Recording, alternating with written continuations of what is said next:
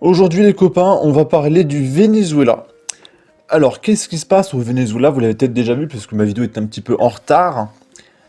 Euh, Il y a le président qui est un dictateur socialiste qui a tué sa population, hein. On va regarder des vidéos après. Eh bien, il y a Trump, il s'est pointé, il a bombardé son pays, il a kidnappé le président. Et il y a la France insoumise qui dit la démocratie, c'est de l'ingérence politique, nanana. Bon bref, si la France insoumise le soutient, forcément c'est que c'est de la merde, voilà. Alors, Venezuela, Trump confirme les frappes américaines et annonce la capture de Nicolas Maduro. Sur Truth Social, le président américain a confirmé avoir ordonné une attaque de grande envergure contre le Venezuela et annonce la capture du président vénézuélien Nicolas Maduro.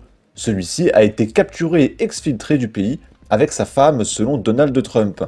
Les États-Unis d'Amérique ont mené avec succès une frappe de grande envergure contre le Venezuela et son dirigeant, le président Nicolas Maduro, qui a été capturé ainsi que son épouse et évacué du pays par avion. Cette opération a été menée conjointement avec les forces de l'ordre américaines. Là, on est à Madrid et il y a des Vénézuéliens qui sont très contents et qui célèbrent la libération de leur peuple. À Paris, ce soir, la France insoumise appelle à manifester contre l'agression de Trump. La meute n'est décidément jamais du bon côté de l'histoire. Donc en gros, là, il est filé, non, arrêtez de libérer les peuples, s'il vous plaît. Laissez-les se faire écraser par des chars, on va voir ça après. Et ils sont contre le peuple vénézuélien qui sont contents d'être libérés, voilà. Je sais pas si le son est un peu trop fort.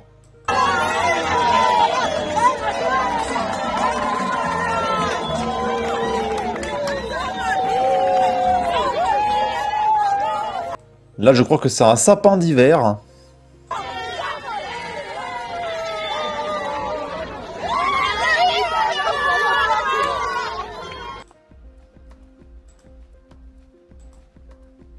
Là, c'est une vidéo que je ne peux pas vous montrer, évidemment, mais vous aurez le lien en description. C'est des blindés qui écrasent la population qui manifestait dans la rue contre le socialisme. Nicolas Maduro envoyait des blindés rouler sur ses opposants pour les massacrer. C'est ce charmant résistant du Venezuela que la France insoumise soutient. Le président Trump a sauvé ce peuple de la tyrannie communiste. Et du coup, j'ai demandé à Grok un petit peu de contexte. Alors qu'est-ce qui se passe? Pourquoi le Venezuela n'est pas content? Bon, le classico-classique, il y a des histoires de fraude électorale, ok. Répression et pointage des droits humains. Arrestation arbitraire d'opposants, torture, exécution extrajudiciaire et répression violente des manifestations.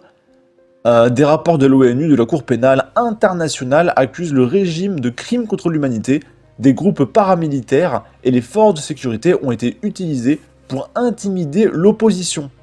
Le tribunal suprême a neutralisé l'Assemblée nationale, le conseil électoral est manipulé et la justice est instrumentalisée.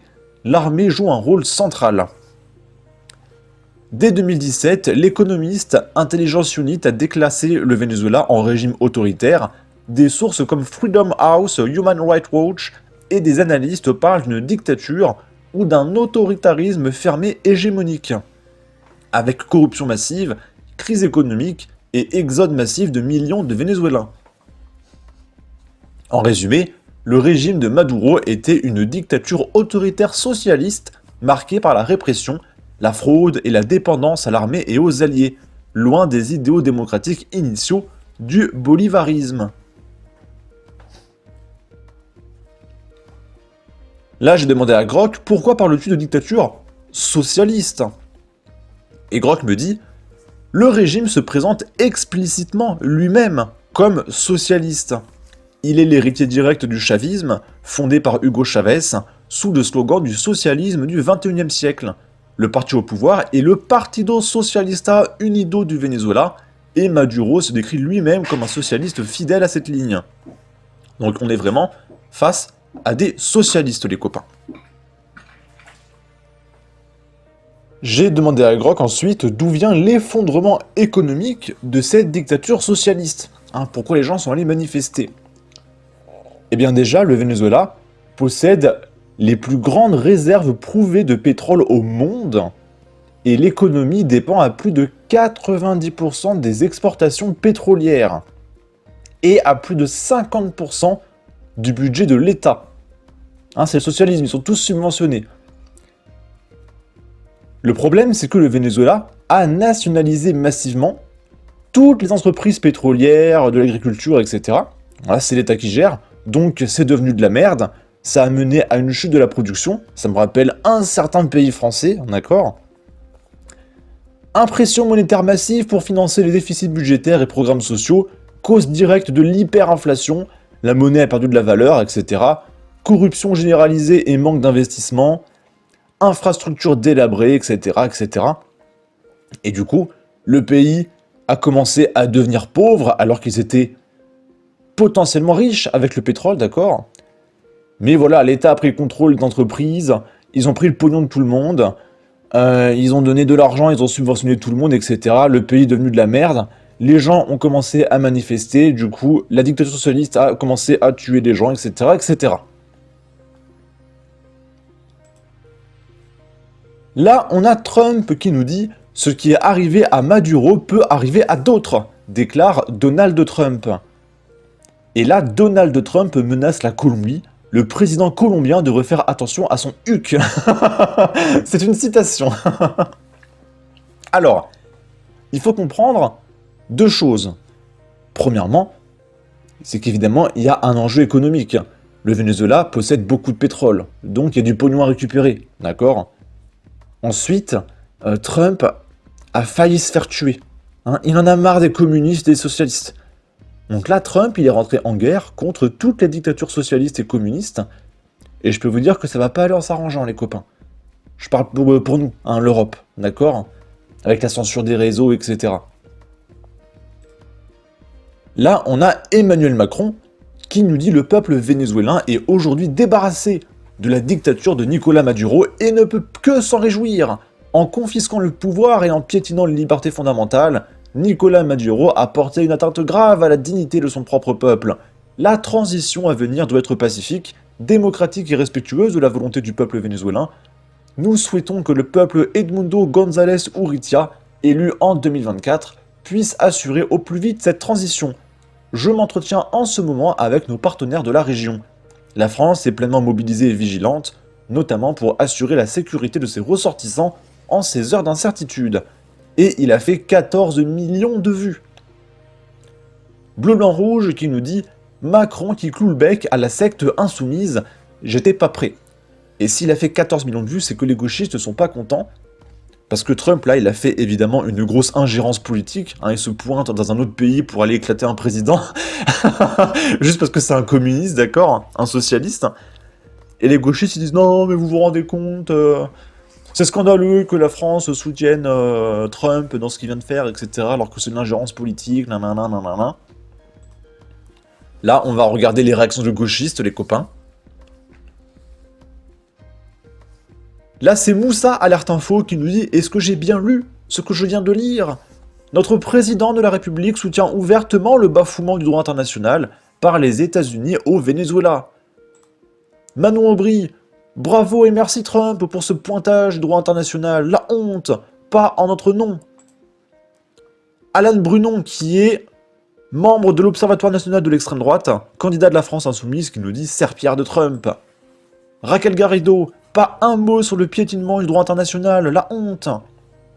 Emma Fourreau, par son soutien à l'agression militaire de Trump et à l'enlèvement d'un chef d'État souverain, Emmanuel Macron entérine un nouvel état du monde fondé sur la brutalité impérialiste et l'arbitraire des puissances.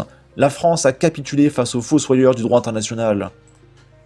Sophia Chikirou qui nous dit « Cette déclaration rejoindra l'histoire des renoncements qui ont abîmé la République, ternit l'honneur de la France et compromis son indépendance politique. » Daniel Bono qui nous dit « Larbin impérialiste ». Yann Brossa qui nous dit « Trump s'est fait offrir un caniche à Noël, il s'appelle Emmanuel Macron ». Clémence Guettet qui nous dit « Les États-Unis bombardent un peuple et séquestrent son président, veulent le gouverner et s'emparer de son pétrole. » Emmanuel Macron n'en dit rien et évoque une fumeuse transition démocratique. Oui, Clémence Guettet, parce que le président vénézuélien écrase sa propre population, en fait. Ah, le président socialiste slash communiste. Hein, ton copain, hein, en fait, tout simplement. Et du coup, t'as peur, je suppose, Clémence Guettet, que Trump se pointe en France si tu accèdes au pouvoir et qu'il éclate la France insoumise. Parce qu'on serait sous une putain de dictature. On nous prendrait tout notre argent. Si on est de droite, on finira en tôle. On se fera exécuter potentiellement, on finira au goulag. Ouais, bah j'espère que Trump interviendra, tu vois, si ça arrive.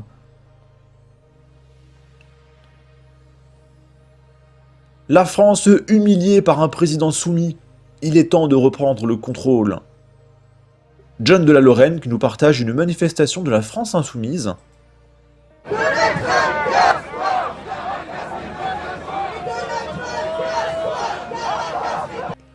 Beaucoup de blancs, hein, encore une fois, voire même exclusivement.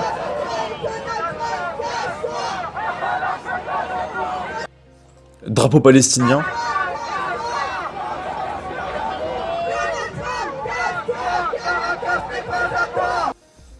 Oh là là, eh, mais les gauchistes. Franchement, hein. Dites-vous, hein, si le Venezuela a le soutien de la gauche, c'est que le Venezuela, c'était des ordures, hein, d'accord.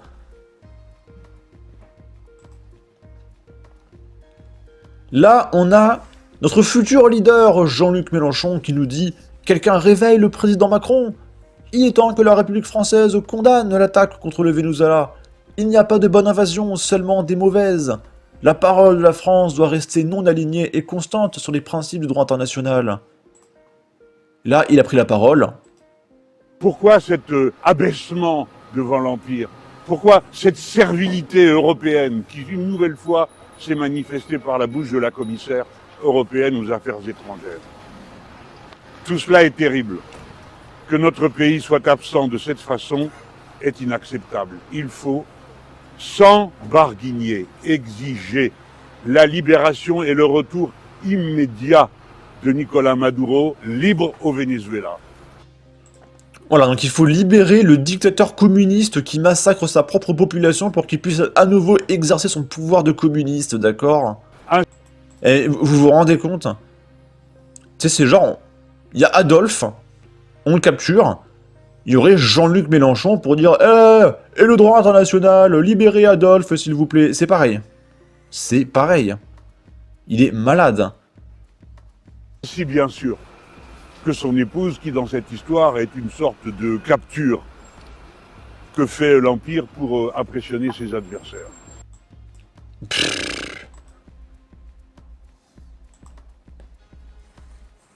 Là, on a notre futur président de la République, Jordan Bardella, qui nous dit « Le régime rouge de Nicolás Maduro appelle de nombreuses critiques légitimes sur le plan démocratique. Des millions de Vénézuéliens ont souffert de cette dictature sanguinaire et sans pitié qui a privé de droits politiques l'opposition et entretenu le pays dans une interminable crise économique.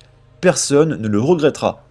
Pour autant, le respect du droit international et de la souveraineté des États ne peut être à géométrie variable. Le renversement extérieur d'un gouvernement par la force ne saurait constituer une réponse acceptable, ne faisant qu'aggraver l'instabilité géopolitique de notre temps. » En gros, là, Jordan nous dit que le dictateur communiste s'est quand même bien fait pour sa gueule, mais que quand même c'est un peu abusé de se pointer dans un pays étranger et d'aller éclater un président d'un autre pays. Voilà, c'est ce qu'il nous dit. Et c'est vrai que c'est quand même assez incroyable ce qu'il a fait Trump. Dans ce contexte, la France doit tirer les leçons de sa vulnérabilité stratégique et géopolitique. Il est vital d'engager, comme nous le défendons, un effort résolu de réarmement de notre nation, de renforcer nos capacités industrielles et militaires, et de redresser un réseau diplomatique affaibli par Emmanuel Macron. C'est ainsi que la France devrait, afin de pouvoir assumer pleinement la défense de ses intérêts et de faire entendre sur la scène internationale une voix indépendante respectueuse des souverainetés.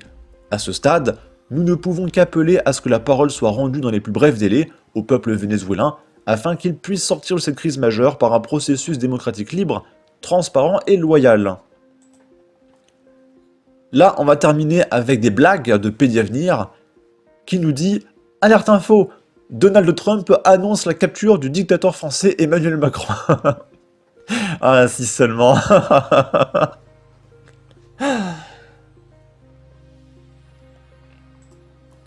Là, c'est Dictavenir qui nous dit « Par peur de subir le même sort que Nicolas Maduro et sa femme, Jean-Luc Mélenchon et Sofia Chikirou ont fui vers l'Algérie. » Et là, on a Dictavenir qui nous dit « Alerte ! Jean-Luc Mélenchon juste après son arrestation en route vers la prison. » Ok. Bon, bah écoutez, n'hésitez pas à me dire ce que vous pensez de ce qu'a fait Trump. Est-ce que c'est bien, est-ce que c'est pas bien? N'hésitez pas à me donner votre avis, votre opinion, à partager, liker, commenter, ça aidera au référencement de la vidéo sur YouTube. Abonnez-vous, suivez-moi sur Twitter, prenez soin de vous, salut!